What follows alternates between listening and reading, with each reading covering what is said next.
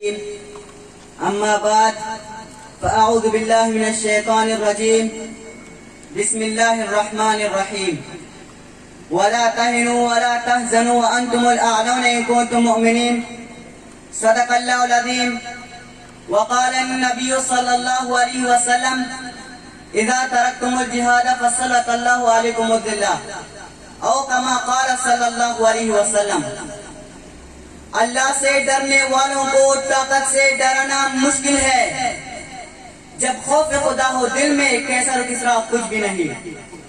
یہ عظمت باطل دھوکے ہیں, یہ سطوت کافر کچھ بھی نہیں.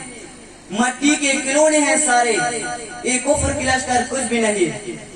محترم صدر جلسہ, معزز سامعین, السلام علیکم ورحمۃ اللہ وبرکاتہ. آج مجھے اس محفل سعید میں جس موضوع پر لبکشائی کا حکم دیا گیا ہے وہ مسلمان مغلوب کیوں عنوان سے معنون ہے.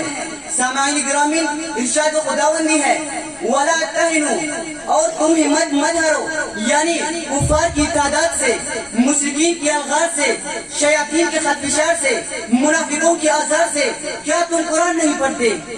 کم من فیۃ قلیلۃ غلبت فیۃ کثیرۃ باذن اللہ. چنانچہ تم بدر میں 313 تھے, غلبہ پایا 1000 پر. احد میں 750 تھے, غلبہ پایا 3000 پر. خندق میں 3000 تھے, غلبہ پایا 10000 پر. خیبر میں 1600 تھے, غلبہ پایا لاکھوں پر. حنین میں 12000 تھے, غلبہ پایا 20000 پر.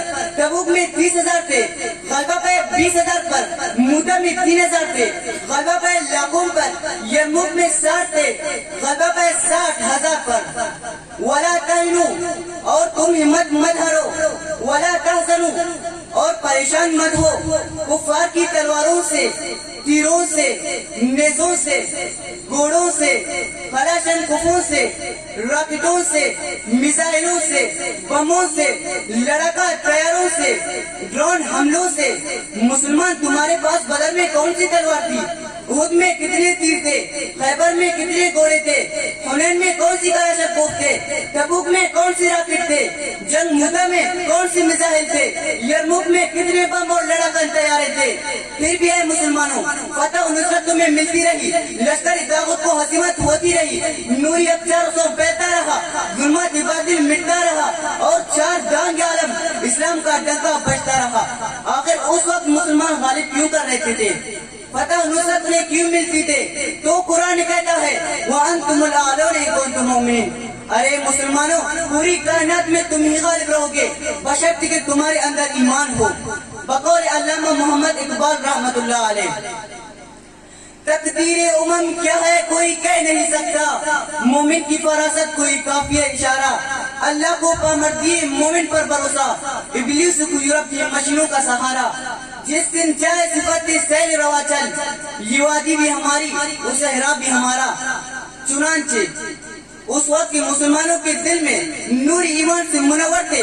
ان کے ہاتھوں میں توحید کی تلوار تھی, اخلاص کے تیر تھے, تنظیم کی میزائل تھے, اطاعت نبی صلی اللہ علیہ وسلم کے ایٹم بم تھے, وہ سنت نبوی صلی اللہ علیہ وسلم پر نمرہ تھے. سب سے بڑھ کر وہ عملی قرآن تھے. ان اوصاف کی بدولت وہ حضرات جس طرف نکل گئے, فتح و نصرت ان کی قدم چومتی گئی, ناقابل تفسیر مسخر ہوتے گئے, القاض اسلام غالب اور کفر مغلوب ہوتا گیا. گرامی قدر حاضرین, لیکن اس وقت امت مسلمہ بدترین موقعیت کا شکار ہے. مسلمانوں کا کوئی پشتان حال ہے اور نہیں کوئی مددگار ہے. مادی اسباب کی کثرت کے باوجود مسلم قوم ذلیل و خوار ہے. مسلم ممالک باہم خدشار ہے. تعداد مسلم کی بہتات کے باوجود عفت ماں بہنوں کی عزت دارتار ہے. مسلمانوں کا خون بہانا کافروں کے نزدیک شاور ہے. دلالی اور چاپلوسی کرنا مسلم حکمران کا سب سے بڑا شائقار ہے. امور مملکت پر قابض اکثر و بیشتر مکار ہے. سب سے بڑھ کر احکام قرآن حدیث کا منکر و غدار ہے. حضور صلی اللہ علیہ وسلم کا ارشاد ہے آخری زمانے میں کفار مسلمانوں پر ایسے ٹوٹ پڑیں گے جیسے بھوکے دسترخوان پر ٹوٹ پڑتے ہیں. صحابہ رضی اللہ نے عرض کیا یا رسول اللہ, کیا ہم اس وقت تعداد میں کم ہوں گے؟ سرکار دو عالم نے فرمایا نہیں, بلکہ اس وقت مسلمان سمندر کی